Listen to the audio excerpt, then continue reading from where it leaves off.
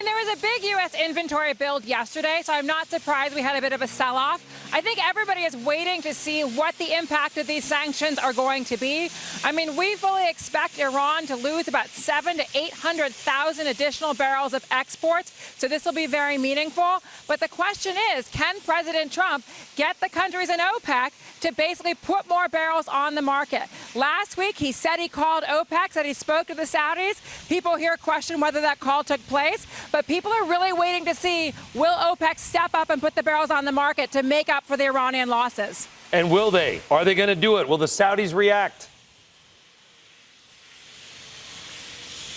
I mean, the Saudis have signaled that they will increase production but stay within the OPEC quota. So you're basically looking at probably an additional 500,000 barrels coming out of Saudi Arabia, not the million did last summer. Interestingly enough, the Russians have also signaled they will stay in the OPEC agreement. The only man that matters, Vladimir Putin signaling Russia will stay within the OPEC agreement. So the question for President Trump is, how do you get the additional barrels if OPEC will not give them to you? So we do have to watch very closely your second story, what happens in Venezuela, because Venezuelan production has been falling very rapidly with the protests. Is the United States going to put more sanctions on Venezuela? Will we see more barrels come out of that country? Okay, but I'm going to give you the bear case for the price of oil, Helima, and you tell us if you think this is right or wrong. We ramp up production. The Saudis ramp up production because we're trying to, as you just noted, sort of compensate for Iran and Venezuela. But Iran does what they say. They continue to sell oil. They turn off the transponders on the ships. They sell it on the black market to China, India, and others. And now suddenly there's too much oil floating around.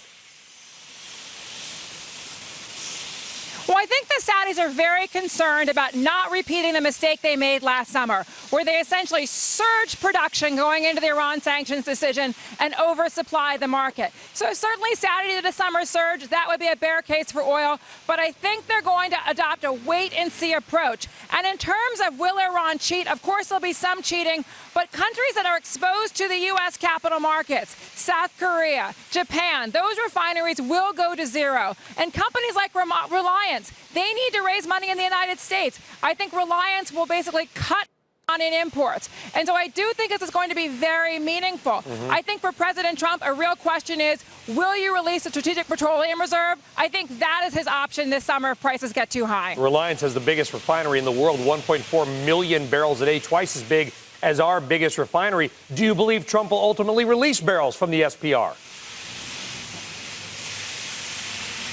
I mean, I think if we get to a $4 a gallon situation, the U.S. consumer is complaining. I think President Trump is very sensitive to this issue, so I would expect him to release the SPR. That could taper prices, but the question is, are you signaling the market is too tight? So how he will be very important as well. But I think that will be his main option if OPEC and if the Saudis do not deliver a large output increase this summer and we continue to see these problems in producer nations. If conflict with Iran ramps up and they indeed close the Strait of Hormuz and we have to take action, what happens to the price of a barrel of oil?